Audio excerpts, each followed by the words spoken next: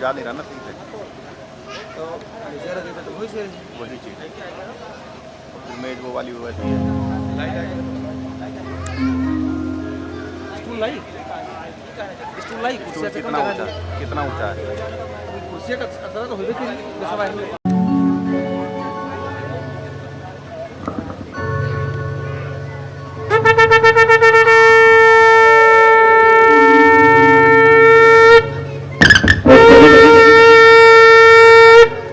सभी लोग अपने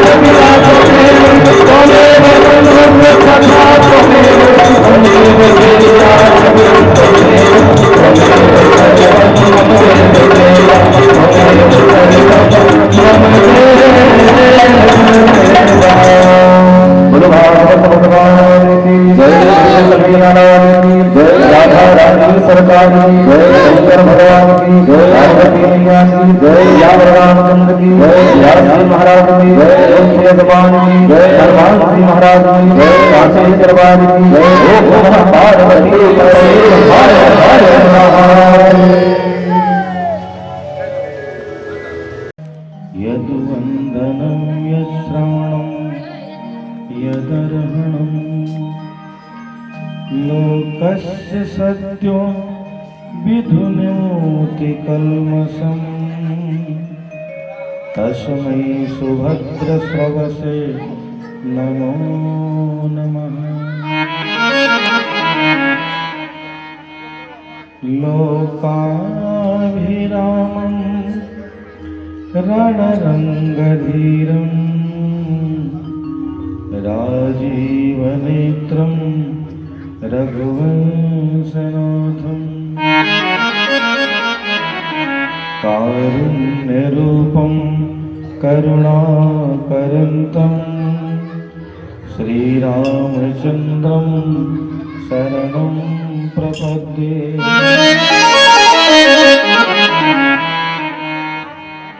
मनोजवं मारुततुल्यवेगं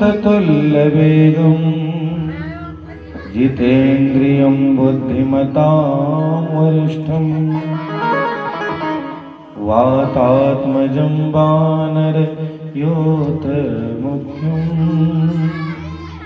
श्रीरामदूतं शरणं प्रपद्ये। श्रीरामदूतं शरणं प्रपद्ये। जय जय जय हनुमान गोसाई कृपा करो गुरुदेव की नाम। जय जय श्री राधारमण जय जय नवल किशोर जय गोपी चित चोर प्रभु जय जय माखन चोर।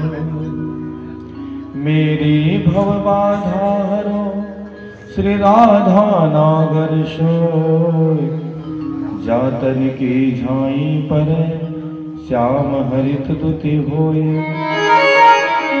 श्री राधे मेरी स्वामिनी मैं राधे जो को दास जन्म जन्म मोहि दीजियो श्री वृंदावन में।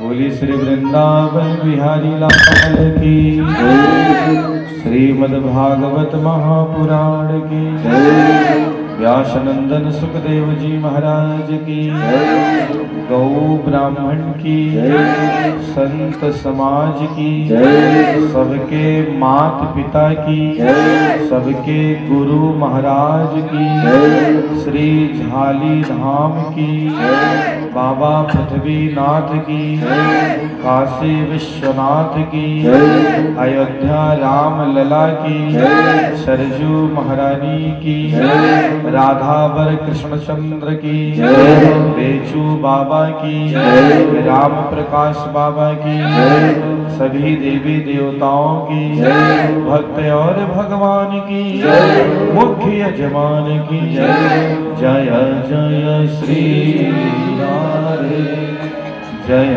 जय श्री राधे जय जय श्री राधे। श्रीमद्भागवत महापुराण साप्ताहिक 11वें अंक के 6वें अंक में मलावा गांव की दिव्य धारा पर विराजमान सत्य स्वरूपा माताओं बहनों देवतुल्य भाइयों 21वीं सदी के उज्जवल भविष्य भारतवर्ष के कर्णधार नवनिहाल नन्हे मुन्ने प्यारे प्यारे बच्चों, आज की कथा का पावन शुभारंभ हो उससे पूर्व परंपरानुक्रम में आइए कुछ क्षण राधा नाम संकीर्तन करते हुए आज के सत्संग बेला का पावन शुभारंभ।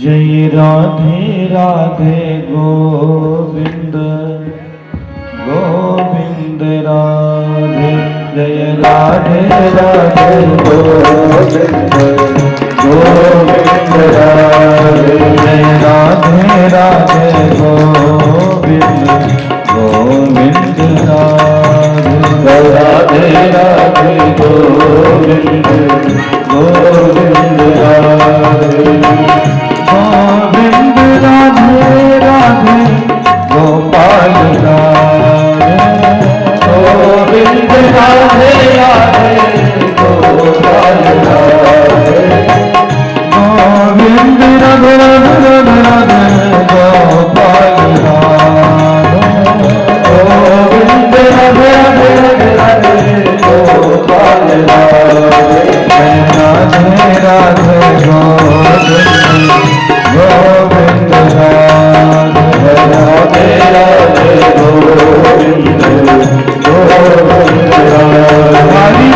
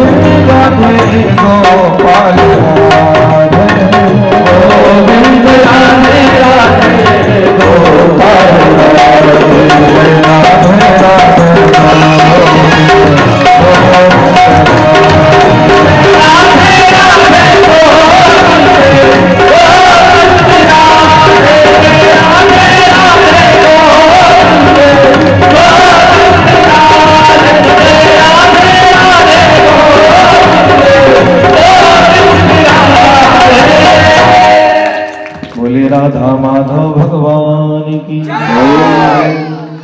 भाइयों बहनों, कल तक कथा कहाँ तक हम लोग सुन चुके हैं? कल कहाँ तक कथा हुई थी?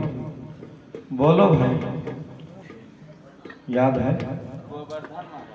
श्री गोवर्धन महाराज महाराज तेरे माथे मुकुट विराज रहो। गोवर्धन की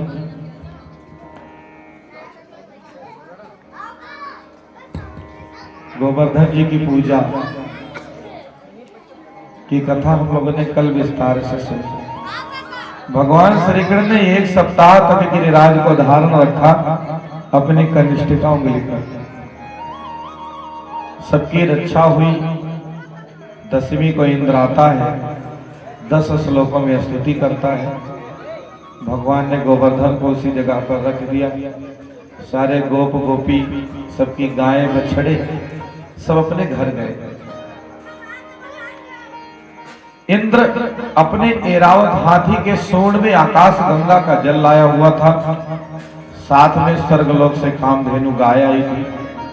तो कामधेनु गाय का दूध और आकाश गंगा के जल से भगवान श्री कृष्ण का अभिषेक हुआ और उनको वहां नाम मिला गोविंद। स्तुति करके इंद्र चला गया। यशोदा माता पूछती है, लाला 7 साल की उम्र में 7 कोस वाले गोवर्धन जी को तुमने कैसे उठाया है?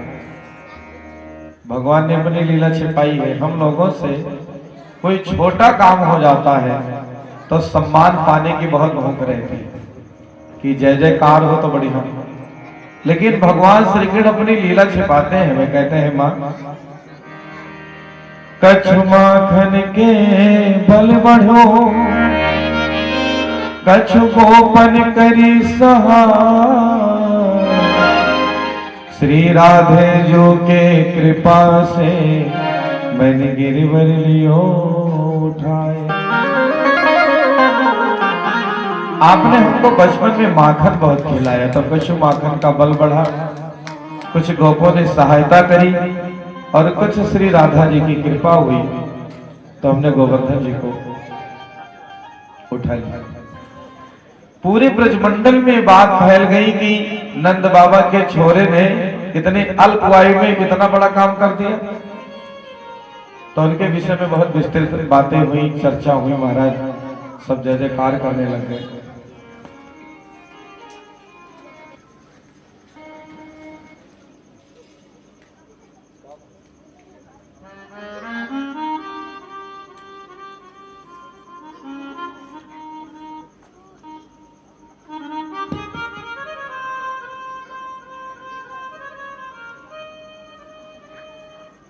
कार्तिक महीना आ गया।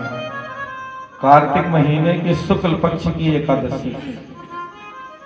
हमारे यहाँ भारतीय ज्योतिष में वर्णन आता है कि 4 महीने में मुंडन, विवाह, गौना ये सब कार्यक्रम नहीं हो सकता है।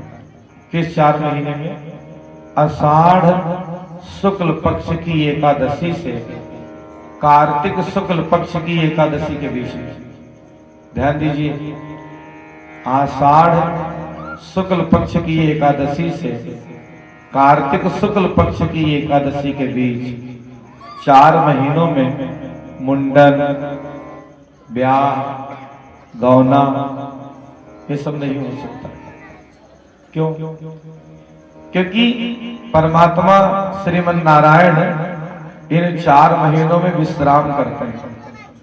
आषाढ़ शुक्ल पक्ष की एकादशी को हरिशयनी एकादशी कहते हैं। कौन एकादशी भाइयों बहनों? हरिशयनी।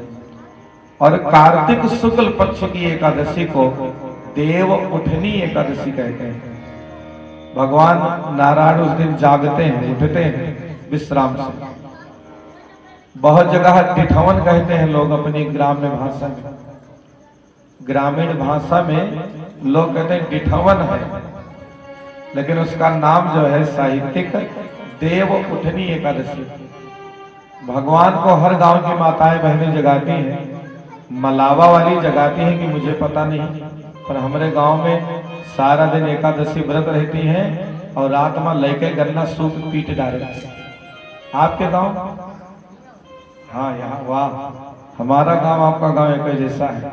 और माताएं जब सूप बजाती हैं तो एक मंत्र बोलती हैं। कौन सा मंत्र? ईश्वर आवे दरिद्र जाए।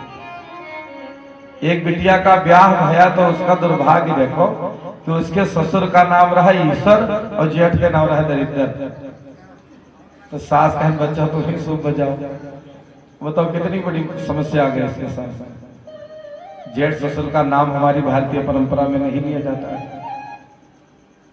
तो बहू बोली ईश्वर आवे दरिद्र जाए, बस बूढ़ा उठी कहे नरे मूर्ख, तुझको यही संस्कार मिला है जेठ ससुर का नाम लेना।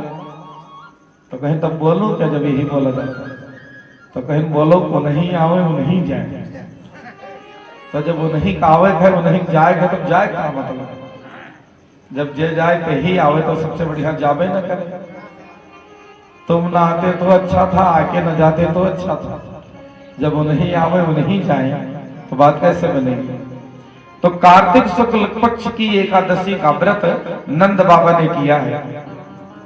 आधी रात में ही द्वादशी तिथि लग रही थी, तो बाबा ने सोचा कि चलो व्रत के समापन का स्नान कर लो। यमुना जी में स्नान करने गए। हमारे शास्त्र में रात्रि में गंगा स्नान या किसी विशेष नदी में स्नान का उतना महत्व नहीं है जितना दिन में नहाने का। ब्रह्म बेला में ठीक है नहाना, लेकिन अर्धरात्रि में नंद बाबा जैसे गए डुबकी लगाए तो जल के देवता कौन है? वरुण। कौन देवता है भाइयों बहनों? वरुण। जैसे नंद बाबा ने डुबकी लगाई तो जल के देवता वरुण जो थे उनके सैनिक पकड़ ले गए नंद बाबा। भगवान श्री कृष्ण को पता चला कि हमारे बाबा को वरुण के सैनिक पकड़ ले गए, तो वे वरुण लोग पहुंच गए। वरुण ने देखा कि हमारे घर तो भगवान श्री कृष्ण आए हैं, तो हाथ जोड़कर स्तुति करने लगे। अजानता माम के न मूढ़े ना कार्य वेदिना आनी तोयम तव पिता तद भवान छंतु मरहति। अजानता माम के न, ये हमारे मूढ़ सैनिक अनजाने में आपके पिताजी को पकड़ लाए, इनका अपराध क्षमा कीजिए। तो भगवान ने कोई क्रोध नहीं दिखाया, सहज भाव से अपने पिताजी को लेकर चले आए। जब नंद बाबा ने आकर के गोपों से कहा, भैया मेरे लाला का तो बहुत ठाठ है, वरुण लोक में जल के देवता वरुण डर के मारे थर थर कांपे, हमको वापस कर दिया। तो एक दिन गोपों ने जो साथ के ग्वाल बाल है भगवान से ब्रह्मकुंड दर्शन का आग्रह किया। परमात्मा ने सबको ब्रह्मकुंड का दर्शन कराया। भागवत महापुराण के 10वें स्कंद के 29वें अध्याय से रास लीला की कथा प्रारंभ होती है। 29, 30, 31, 32, 33 पांच अध्यायों में रास लीला की कथा है। हमारे आपके देह में प्राण कितने हैं? बोलो भाई। 5 प्राण। प्राण अपान, समान, उदान, व्यान।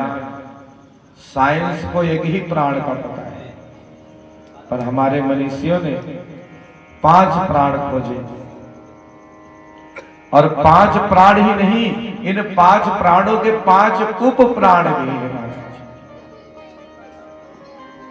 तो जिस प्रकार हमारे आपके देह में 5 प्राणों का महत्व है, ऐसे ही श्रीमद् भागवत की कथा में रास लीला का महत्व है। ध्यान दीजिए, बिना रास के कथा वैसे ही है जैसे बिना प्राण के आदमी। श्री कृष्ण के रास के नाम पर कितनी विडंबनाएं, कितने पाखंड हो रहे हैं। हमारे धर्म को जितना ग्रसा है पाखंड ने, बड़े बड़े यज्ञ का आयोजन कराया जाता है और नचनिया बलवावा जाता है। ये जगह हम सुन पाए कि बहुत बड़ी यज्ञ है और रास है। रास के नाम पर नचनिया आए वैसे नशेड़ी, दिन में मुंह देख ले उनके तो उल्टी हो जाए। रात में क्रीम पाउडर लगा के सेंट वेंट छिड़क के एक राधा का रूप बनाता है, एक कृष्ण का रूप बनाता है। व्यासपीठ पर खड़े हो जाते हैं, डीजे पर फूहड़ता वाले गाने बजाए जाते हैं और वो नाचते हैं। हमारे आराध्य भगवान श्री कृष्ण जिन्होंने भगवत गीता का उपदेश दिया, जिस भगवत गीता का ट्रांसलेशन विश्व की ऐसी कोई भाषा नहीं है जिस भाषा में ना हुई हो। आने वाली पीढ़ी को हम क्या कहेंगे कि हमारे भगवान नचनिया थे? बोलो भाई। और समाज में प्रबुद्ध वर्ग के लोग मजा ले रहे हैं, जिनको इस बात का विरोध करना चाहिए वे मजा ले रहे हैं। शंकर भगवान का रूप धर के आएगा, डीजे पे गाना बजेगा, मुझे पीने का शौक नहीं, पीता हूं गम भुलाने को, और शंकर जी को नचवाएंगे। बंधुओं, इससे बड़ा दुख और क्या होगा। एक व्यासपीठ ही बची है जिससे राष्ट्र को कुछ उम्मीद है। यदि व्यासपीठ को भी रासलीला के नाम पर डांस प्रोग्राम का मंच बनाया जाएगा तो आदर्श कहां से स्थापित होगा। इसलिए मेरी आप सबको प्रार्थना है, आदमी मजा करना चाहता है करो, लेकिन कम से कम धार्मिक कामों में मजा का भाव नहीं होना चाहिए कि चलो तनी मजा ले आइए। मैंने आरंभ में कहा था कि यहां मनोरंजन नहीं है, यहां मनोमंथन है। ये साप्ताहिक यात्रा है मन को मथने की। तो समाज में जो पढ़े लिखे प्रबुद्ध वर्ग के लोग हैं, उनको मेरी प्रार्थना है, यदि ऐसा कहीं दिखे तो धर्म कार्य है हम पर, उन चीजों का हमें विरोध करना चाहिए। हमारे धर्म के नाम पर अगर कुछ भी गलत हो रहा है तो पूरा पावर है हमको कहने का। आदमी की मूलभूत आवश्यकता है रोटी, कपड़ा और मकान, लेकिन जिस दिन उसका धर्म नष्ट हो गया, रोटी छीन ली जाएगी, कपड़े उतर जाएंगे और मकान गिरने में देरी नहीं लगेगी। इसलिए धर्मो रक्षित रक्षिता, अपने धर्म की रक्षा करनी है। हमारा धर्म डांस का प्रोग्राम न बने, आध्यात्म का मंच है व्यासपीठ, आध्यात्मिक चर्चा हो तो बात बने। तो भागवत महापुराण में रास लीला की कथा है, माने डांस की कथा नहीं है। ध्यान दीजिए, गोपी शब्द कोई कहता है तो तुरंत दिमाग में चित्र नाचने लगता है कि गोपी माने कोई औरत, गोपी माने कोई स्त्री, गोपी माने कोई नारी। पर ध्यान रहे, हमने परसों की कथा में निवेदन किया था कि भगवान श्री कृष्ण ने इस धरती पर आने से पहले देवियों और देवताओं को आश्वस्त किया था कि सब जाकर ब्रजमंडल में अवतरित हो जाओ गोप गोपी के रूप में। बड़े बड़े यमलात्मा, विमलात्मा, महात्मा, संत, बैरागी अपने अनेक जन्मों की तपस्या का फल मांगते हैं परमात्मा से कि प्रभु मेरे जीवन में गोपी भाव आ जाए। वेद, वेदांत, उपनिषद, आरण्यक, स्मृति आदि ग्रंथों के मंत्र सब मूर्तिमान होकर गोपी बन के आए हैं। और ध्यान दीजिए, गो माने इंद्रिय और पी माने पीना। यदि हम अपने कान से कृष्ण कथा सुनते हैं तो हमारा कान ही गोपी है। हम अपने आंखों से कृष्ण लीला देखते हैं तो हमारी आंख ही गोपी है। हम अपने नाक से भगवान के नैवेद्य को सूंघते हैं तो हमारा नाक ही गोपी है। हम अपने मुंह से भगवान का भोग लगा प्रसाद ग्रहण करते हैं तो हमारा मुंह ही गोपी है। हमारे चरण भगवान के तीर्थ क्षेत्र का महाराज लाभ उठाए तो उनका घूम करके परिक्रमा लगाए तो हमारा पैर ही गोपी है। हमारे हाथ प्रभु की प्रार्थना करे तो हाथ ही गोपी है। गोपी माने जीव, जीवात्मा से परमात्मा के विशुद्ध मिलन का नाम है रास। रास तो रास लीला का आरंभ हुआ शरद पूर्णिमा की अर्धरात्रि को।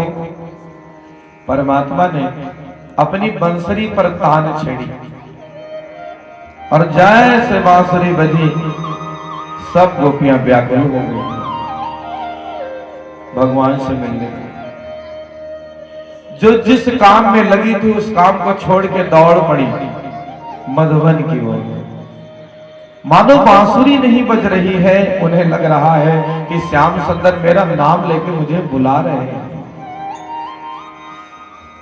कोई गाय दो रही थी, आधी गाय दुही थी, आधी छोड़ के भाग पड़ी। किसी ने बछड़ा छोड़ा था गाय दोहने के लिए, बछड़ा दूध पीता रहा, गोपी वैसे चली गई। कोई भोजन बना रही थी तो भोजन को चूल्हा जलता ही छोड़ के चली गई। कोई बच्चे को दूध पिला रही थी तो आधा पेट ही बच्चा दूध पिया छोड़ के चली गई। कोई पति को भोजन परोस रही थी, बंसरी की धुन में व्याकुल होकर चली गई। आधी रात का समय है, भगवान मुरली बजा रहे हैं, गोपियां उनके सामने आ गई। श्री कृष्ण ने देखा कि एक गोपियां आ तो गई। चीर हरण के समय हमने इनको जो वचन दिया था वो पूरा हुआ, लेकिन इनकी परीक्षा लेनी चाहिए। ध्यान दीजिए, भक्ति पथ में आदमी की परीक्षा बहुत होती है। आप 10 रुपए का माटी का मटका खरीदो तो बजा के आदमी देखता है कहीं कच्चा तो नहीं है। तो हम लोग भक्ति करने बैठे हैं, क्या भगवान परीक्षा नहीं लेंगे कि कुछ है अंदर से कि केवल चंदन लगाए बैठ ही है वैसे? इसलिए भक्त को पहले भगवान ठोकते पीटते हैं। धर्म का काम करेंगे तो उसमें परीक्षाओं से गुजरना पड़ता है। श्री कृष्ण ने देखा कि इतनी गोपियां सब आ गई हैं, तो पहले उनका वेलकम किया। भगवान कहते स्वागतम वो महाभागा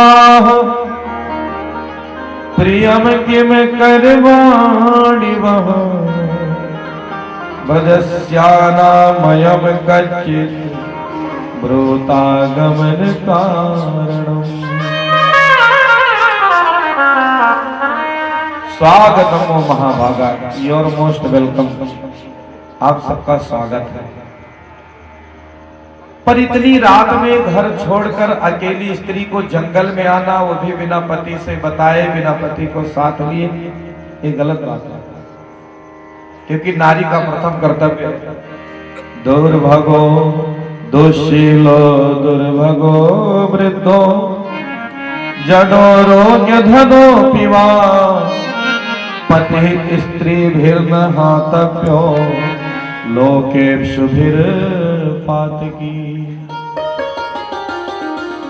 नारी का प्रथम कर्तव्य है कि पति चाहे बुरे स्वभाव वाला हो, अभागा हो, गरीब हो, क्रोधी हो, बूढ़ा हो, तो भी नारी को पति का आदर ही करना चाहिए। कल्याण न हो उस नारी का जो पति की बात न माने।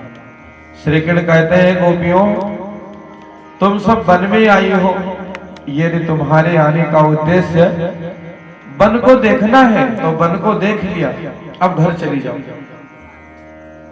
क्योंकि इतनी देर तक यहां रुकना ठीक नहीं है।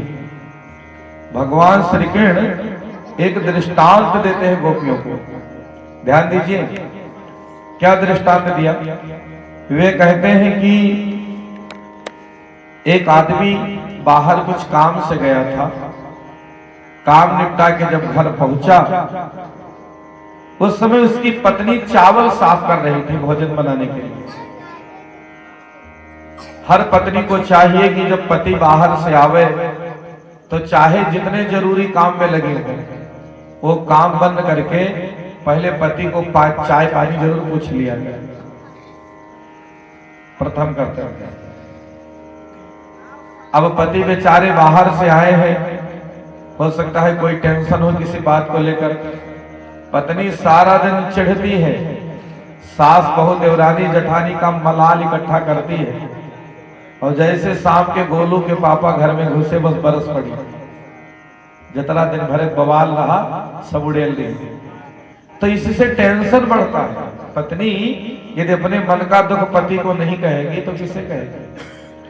पर ध्यान रहे, पति आवे तो तुरंत बवाले न बतवाए लागो, कुछ चाय पानी भोजन जलपान की बात करके। भगवान श्री कृष्ण कहते हैं कि वो आदमी जब घर पर पहुंचा बाहर से, पत्नी चावल साफ कर रही थी, चावल रख दिया, पति के लिए पानी लाई, पति पानी पिया, पत्नी दोनों बैठ गए चारपाई पर, और वो अपनी पत्नी के गोदी में सिर रखकर सो गए। उसका एक 15 महीने का बेटा था, माने 1 साल 3 महीने, अभी चलना सीखा था, शरीर कंट्रोल नहीं होती थी, चल रहा था। तो उस नारी ने क्या देखा कि वो बच्चा खेलता खेलता अंगना में बहुत तेज आग जल रही है, वहां पहुंच गए। अभी नई जनरेशन को तो पता नहीं है, पुराने जमाने में लोगों के घर आग नहीं खत्म होती थी। अब आपके गांव तो पता नहीं, हमारे गांव का हमें याद है कि घर की बुजुर्ग माताएं नियाई में आग दबाए रहती थी। आपके गांव में पता ही? हाँ, पहले होली में आग आती थी और 1 साल तक आग रखा जाता था, क्योंकि प्रमाण है कि जितने ज्यादा दिन की आग हो जाती है उसमें उतने अधिक प्राण होते हैं। अगर किसी के घर आग बुझ जाए तो लोग टोला मोहल्ला में आग मांगे जाते हैं, और जब झगड़ा होता रहा तो महिलाएं कहा नहीं तोहार स्वभाव जो है मांगे आग रखी। तो अग्नि, अखंड अग्नि सबके घर रहती थी, नित्य हवन होता था। हम लोगों का पतन क्यों हुआ, इसके पीछे यही कारण है कि हम धर्म पथ से पीछे हट गए। घर की महिलाएं जब भोजन बनाती थी तो पहली रोटी का एक टुकड़ा निकाल के उसमें थोड़ा घी मिठाई मिला करके 5 बार अग्नि को दे देती थी, फिर घर में सब लोग भोजन करते थे, आध्यात्मिक ऊर्जा जगती थी। तो उस आदमी के घर आंगने में वो अखंड अग्नि प्रज्वलित थी। वो लड़का खेलता खेलता आग के पास पहुंच गया। ध्यान दीजिए, अब वो नारी सोचने लगी कि अगर मैं अपने बच्चे को ना बचाऊं तो मर जाएगा, आग में भी गिरेगा। 15 महीने का बच्चा क्या जाने आग। और सोचने लगी कि अगर बच्चे को बचाने दौड़ूं तो पतिव्रत धर्म नष्ट हो जाएगा, हमारे कारण पति के आराम में बाधा होगा। तो बच्चा कूद गया आग में और उस नारी ने अपनी आंख बंद कर ली, बच्चे को बचाने नहीं गई। 1 घंटे बाद जब उसका पति जागा तो उस नारी ने अपनी आंख को खोला और दौड़ी आग के पास। क्या देखा, धू धू कर आग जल रही थी और उस आग के बीच में बच्चा किलकारियां करके खेल रहा था। ध्यान दीजिए, भगवान श्री कृष्ण कहते हैं कि पति का स्वभाव भले ही खराब हो, अगर पत्नी अपनी भावना में विकृति न लावे तो परमात्मा उसको ऐसा पावर देते हैं कि इस पतिव्रता नारी के आगे बड़े बड़े देवता नहीं टिक सकते। अगर नारी का आचरण ठीक हो तो तीनों देवताओं की हिम्मत नहीं है कि जो उससे टक्कर ले सके। नारी को इसीलिए देवी कहा गया। अपार ऊर्जा नारी अपने आचरण बल से प्राप्त कर सकती है। पतिव्रत का धर्म तो देखो कि बच्चे का आग कुछ नहीं बिगाड़ पाया। अगर घर में ये सदाचारी नारी आ जाए तो पूरे परिवार के सौभाग्य का उदय हो जाता है, और एक बुरे स्वभाव वाली नारी आ जाए तो पूरे घर को नरक कर देती है। एक जने ब्याह के लिए लड़की देखे गए तो पूछे न रामायण पढ़ लेती हूँ, कहीं हाँ, कहीं भागवत, कहीं हाँ, कहीं गीता, कहीं हाँ, कहीं महाभारत, कहीं तुहरे घरे में कई का देखे गए। तो बहुत जन के पता ही महाभारत कह के दिखाओ नहीं मेरे। तो बंधुओं, पतिव्रता नारी का पावर देखो। लेकिन आप सबको मेरी प्रार्थना है, आप ऐसा मत करना। पहले की नारी बुरा काम करती भी नहीं थी और गलत सोचती भी नहीं थी। देखा देखी में काम बिगड़ जाएगा। अगर आज की नारी देखे बच्चा आगे कूद रहा है तो दौड़ के उसको बचाओ, आंख मूंदने से बचेगा नहीं तो वही घटना घटेगी। एक आदमी कहीं से आवा, अब तो सब भैया नया नया जमाना हो गया। पहले माताएं धान को कूटती थी उखल में, पक्का का कहते रहे जनस कूटत रहे भैया, और हथों में लिया पहरुआ। हम अमेठी गए ना तो हुआ पूछन तो कहीं हमारे यहाँ को दोसर कहा था, क्या कहते रहे, मूसल, उनके उधर मूसल कहते हैं। तो वो आदमी आया, पत्नी उसकी धान कूट रही थी, और जैसे पति ने कहा कि मुझे प्यास लगी है, प्लीज गिव मी 1 लोटा पानी, वाटर। तो अब पति ने पानी मांगा तो उठाकर पहरुआ फेंक दिया, पहरुआ टंग गया ऊपर। पत्नी गई पानी लाई, पति का देह पानी पी, और फिर ऐसे हाथ किया, पहरुआ हाथ में आएगा, कूटे लगी। बगल वाला आदमी देख रहा था, जाकर अपनी पत्नी से बोला, वो पड़ोसन को देखो पहरुआ बहाए थे ऊपर टंगेगा। अच्छा, महिलाओं की एक समस्या है, अगर अपने पति के मुंह से दूसरे के पत्नी प्रशंसा सुन ले तो देही भरे मार छिटक जाते हैं। आग लाकर कहीं लो वही घरे जाओ रहो, उसका प्रशंसा कर रहे हो। तो कहने भाई देखें तो कहीं थे, कहीं मुझसे कम पावर है हमरे, काज हमको दिखाई थे। अब दूसरे दिन उनके पति आए तो नाटक के धरे पहरुआ कहीं पोटे लगी। पति से पूछे पानी पियो, कहीं प्यास ना लागे, कहीं कह दो प्यास लागे ना मुंह तू डाल। तो कहे अच्छा प्यास लाग है, बस उठाए दी पहाड़ बहाए नहीं रहूं तो भाई नकल करेगा कि उनसे हम कम थोड़ो हन, बहाए दी पहाड़ हुआ कि भाई हमारो टंग जाई तो कहे मुंह उठाए ऊपर देखे लगी कि कहाँ टंगा, जब तक मुंह उठा बस गिरा लगना सट से कटके लगा। तो पति उनके कहें यह टांगे पहाड़ हुआ, बड़की पतिव्रता हो तो देखा देखी मत करना। ध्यान दीजिए, हम किसी के जैसा कपड़ा पहन सकते हैं, किसी के जैसा बेस बना सकते हैं, लेकिन चाल चरित्र कहां से लाएंगे? व्यक्ति की पहचान उसके कपड़ों से नहीं, उसके चाल चरित्र से होती है। बंधुओं, इसलिए अच्छा बनना है तो हम अच्छे आदमी की तरह कपड़ा पहनने लगे, उसके जैसा बाल रखाए लें तो वैसे हो जाएंगे नहीं, अपने चरित्र को ऐसा करना। व्यक्ति चित्र से नहीं चरित्र से पहचाना जाता है। व्यक्ति की पहचान उसके चाल और चरित्र से होती है। यदि अब आपने अपना चाल चरित्र ठीक कर लिया तो कोई महत्व नहीं रहेगा। दिगंबर साधुओं को देखो, कुछ नहीं पहनते हैं, फिर भी उनके आगे पीछे लाखों लोग लगे रहते हैं। क्यों? क्योंकि उन्होंने अपना चरित्र ठीक कर लिया है। बंधुओं, आदमी का चरित्र ठीक हो जाए तब कोई महत्व नहीं रह जाता है उसके चित्र का। आदमी का चेहरा कितना भी खराब हो, अगर चरित्र सुंदर हो तो जगत पूज्य हो जाता है। चेहरा बहुत सुंदर हो और चरित्र खराब हो तो किसी लायक नहीं रहता। इसलिए मेरी सबको प्रार्थना है कि अपने चरित्र को सुंदर बनाओ, जो बिल्कुल अपने हाथ में है। इस ब्रह्मांड में बहुत पावर है, भगवान बहुत कुछ देना चाहते हैं, लेकिन हम लेने लायक तो बने। पानी बरस रहा हो और बर्तन उलट के रख दो तो क्या पानी जाएगा उस बर्तन में? नहीं जाएगा। यहां ज्यादातर जनेऊधारी बैठे हैं। मैंने कई दिन कथा के बीच में निवेदन किया कि जनियो भया तो कौन मंत्र मिला काने में? बोलो, भुलाई जनियो वाले फूफा कुछ कहीं ना कानो, जब जनियो पर रहा कान लगता फूफा नहीं जानता है। अच्छा, एक जगह हमने पूछा कि जनियों में कौन मंत्र मिला, कहीं गायत्री मंत्र के दिन, कहीं फूफा तो सुनाओ, तो कहीं गायत्री मंत्र।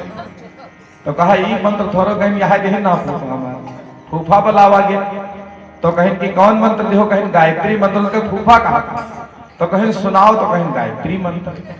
तो कहीं यहाँ हो गायत्री मंत्र, गायत्री मंत्र कहे तो बस। एक जने पूछे न अंग्रेजी कतरा तेज पढ़ लिख सकत हो, तो कहीं जतरा तेज कह दो उतरा तेज हमें इंग्लिश पढ़े दी। तो कहीं खूब भर भर पढ़ो, तनिको हक बकायो ना, तो कहीं ठीक है बस पढ़े लागे, कहीं सुनाओ, कहीं English English English English English English English, तो कहीं नहीं कौन पढ़ाएगा। यहाँ बुजुर्ग जन बैठे हैं, पुराने जमाने में विवाह में शिष्टाचार होता था। एक परंपरा बहुत खराब है, आज ब्याह होगा और जहां द्वारे 4 वेदी बनी वही फिर गहमड़ गहमड़ गहमड़ गहमड़ डीजे बाजे लगी। पंडित मंत्र बोल पाए कि नहीं, कोई जानी न पाओ। डीजे बजाओ, गोला दगाओ, लेकिन थोड़ी दूरी पर जहां वेद मंत्र पढ़े जाते हैं उसकी भी किरणें, उसकी भी तरंगे लोगों तक पहुंचे। तो ये जगह शिष्टाचार हो लाग, पंडित जी डफला बजाए वाले का 4 आना दहीन, कहीं चाहे जतरा कोई कहीं बंद न की हो, तू पीटन न हो। अब मंत्र उनका तैयार नहीं था तो भड़ भड़ पीटने लगा। पंडित जी का नंबर आया कि पढ़ो मंत्र, और पंडित जी पढ़े लगे 2 का 2 2 4 2 6 2 चौका 2 पंचे 10 सब कहने। अरे भैया कतरा जानकार पंडित है, सांस ही नहीं आए, 2 से 10 तक पहाड़े सुनाएंगे। इसलिए बंधुओं, मेरे कहने का तात्पर्य सिर्फ इतना है कि व्यक्ति का आचरण ठीक हो तो बात।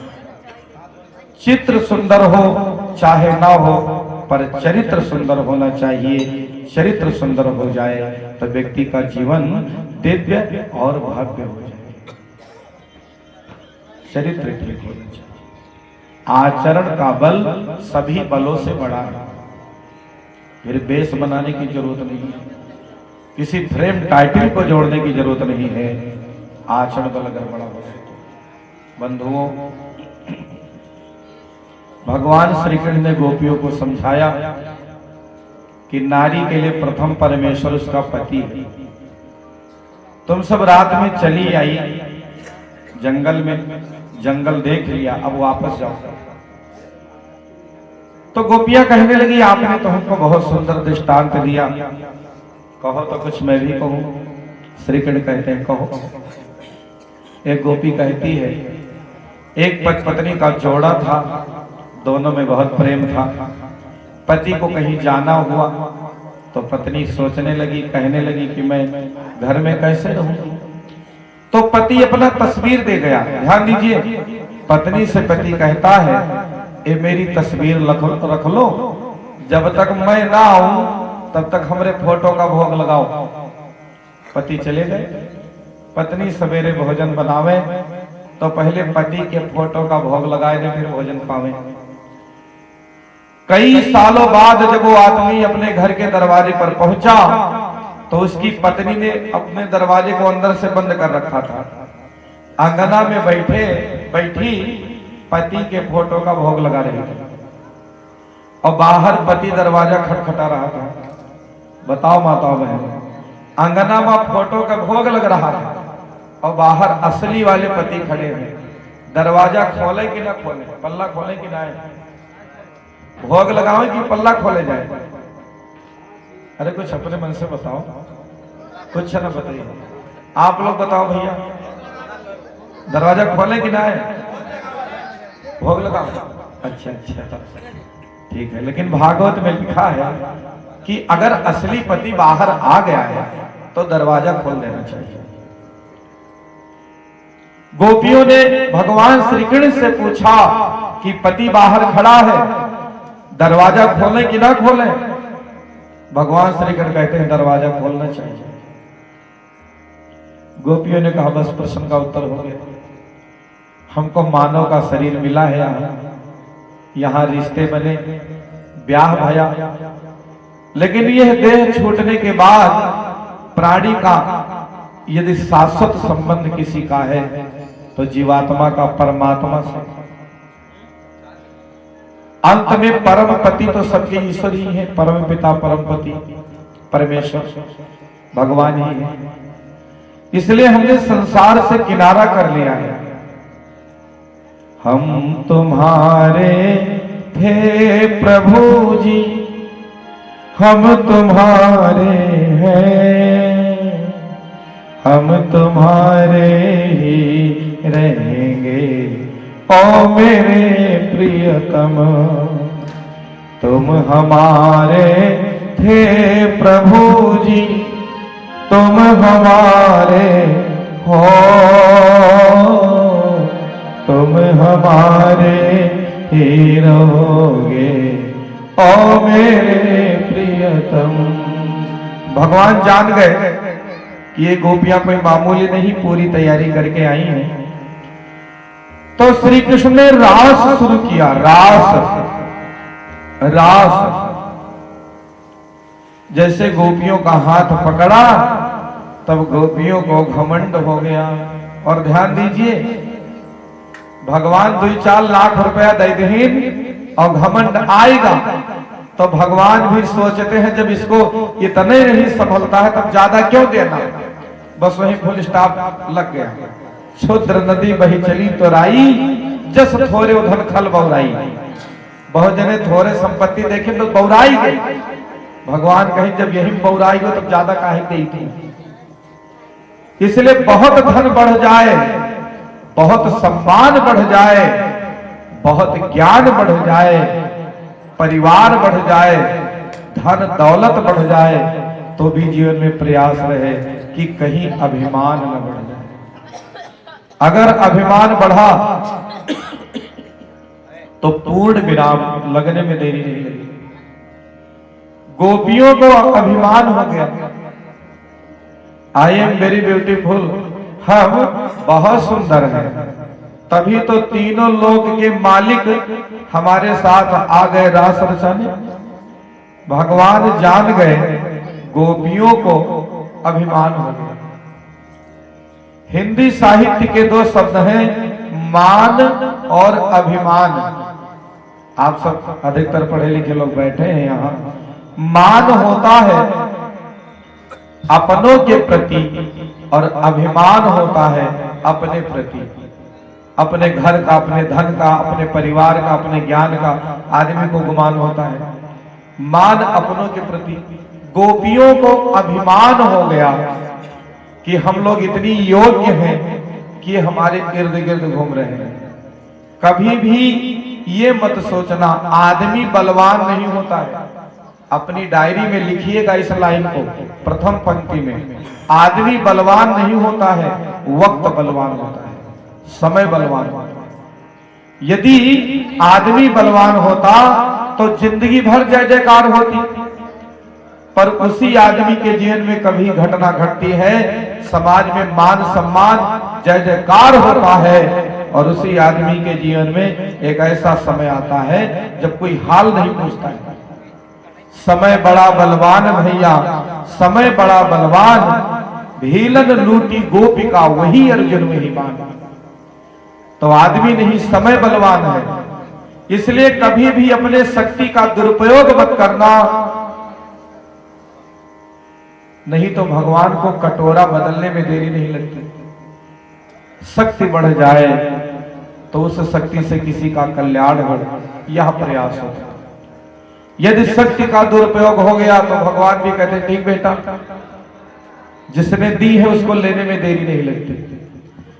तो यदि समय अच्छा हो जाए और हमने अभिमान नहीं किया तो भगवान कहते हैं इसका कार्यकाल बढ़ाते रहो, अच्छा रहे। और तनिकन में हम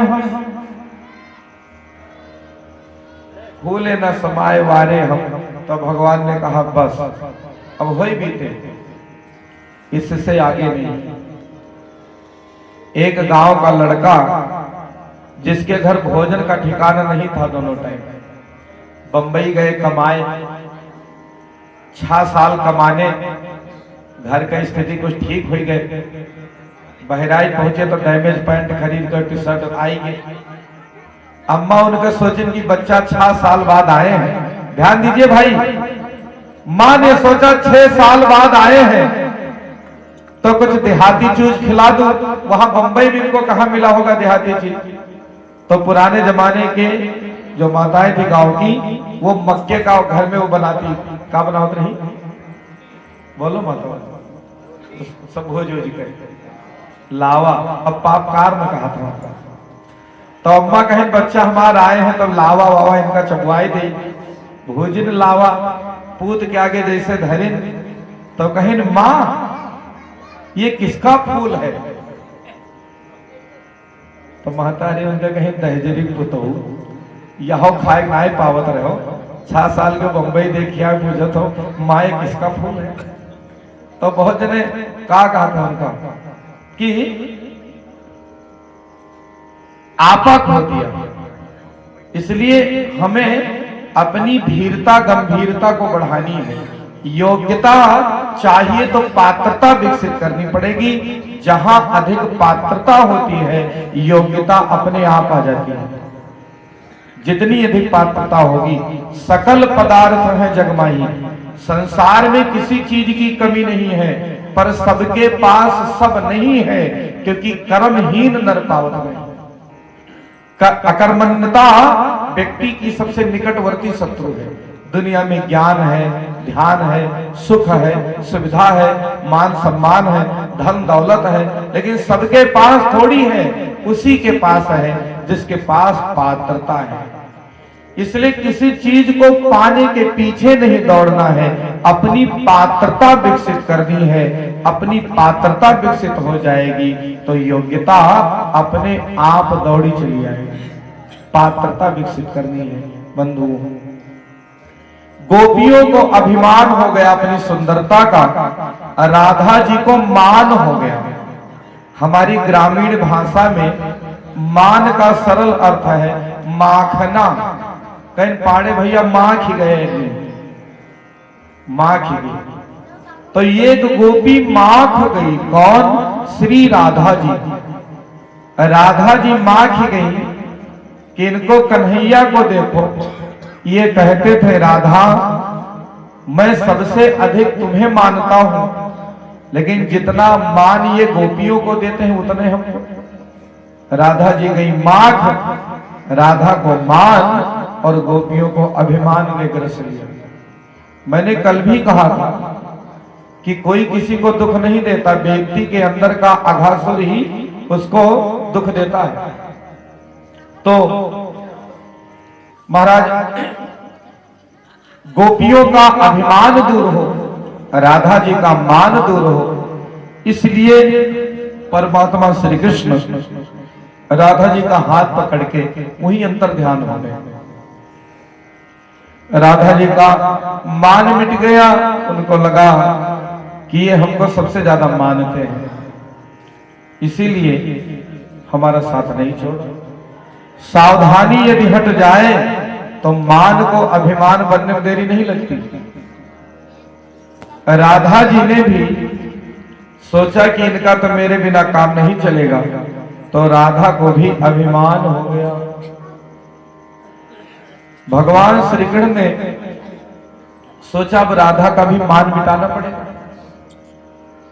राधा जी कहती है कि श्याम सुंदर हमसे पैदल नहीं चला जाता, तो भगवान ने कहा आओ सिर पे बैठ लो, पैदल नहीं चला जाता। तो भगवान ने कांधा झुकाया, राधा जी ने पैर उठा दिया, तो परमात्मा वही अंतर ध्यान हो गए। राधा जी व्याकुल हो गई, मूर्छित होकर गिर पड़ी। इधर गोपियां भगवान को झाड़ियों में तलाश रही हैं। गोपियों का अभिमान मिट गया कि हमने अपनी सुंदरता का अभिमान किया, इसलिए परमात्मा हमें छोड़ के चली गई। लता पात्राओं में खोजती खोजती वो सब पागल जैसे हो गई। कृष्ण लीला करने लगी। एक गोपी कृष्ण बन जाती तो दूसरी पूतना बन जाती, पूतना कृष्ण की लीला को करती। कोई वत्सासुर बन जाती तो कोई श्री कृष्ण बन करके उसके वध का लीला करती। कोई बकासुर बन जाती तो कोई कन्हैया बन जाती।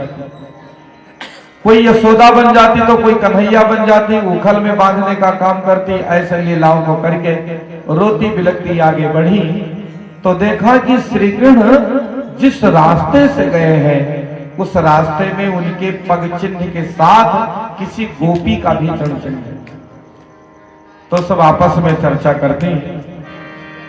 अनयाराधितो नूनम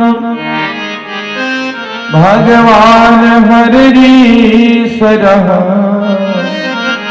यन्नो विहाय गोविन्दः प्रीतो यामनियतरः। ये चरण चिन्ह अवश्य ही आराधिका के ही है, कृष्ण की आराधिका। फिर उसी रास्ते को देखती देखती आगे बढ़ती है गोपियां। देखा कि राधा जी मूर्छित अवस्था में पड़ी है। पास के सरोवर से जल लिया, श्री राधा जी के मुंह पर अभिषेचन किया तो चेतना आती। गोपियां सब साथ में बैठ करके विलाप करती हैं। भागवत महापुराण के 10वें स्कंद के 31वें अध्याय में 19 श्लोकों में आचार्य सुखदेव ने राजा परीक्षित को गोपी गीत का प्रसंग सुनाया है, जिसमें गोपियों की विरह वेदना की चर्चा है। गोपियां अपने मन का भाव गोपी गीत के माध्यम से परमात्मा को समर्पित कर रही हैं। आइए गोपी गीत का दर्शन करें। जयति ते धिगमा। ध्यान दीजिए, किसी आदमी के भोजन में अगर जहर मिला दिया जाए और खाने वाले को पता ना हो कि हमारे भोजन में जहर मिला है, तो जहर अपना असर दिखाएगा कि नहीं? बोलो भाइयों बहनों, दिखाएगा। जहर चाहे जानबूझ के खा जाओ चाहे अनजाने में, अपना असर दिखाएगा।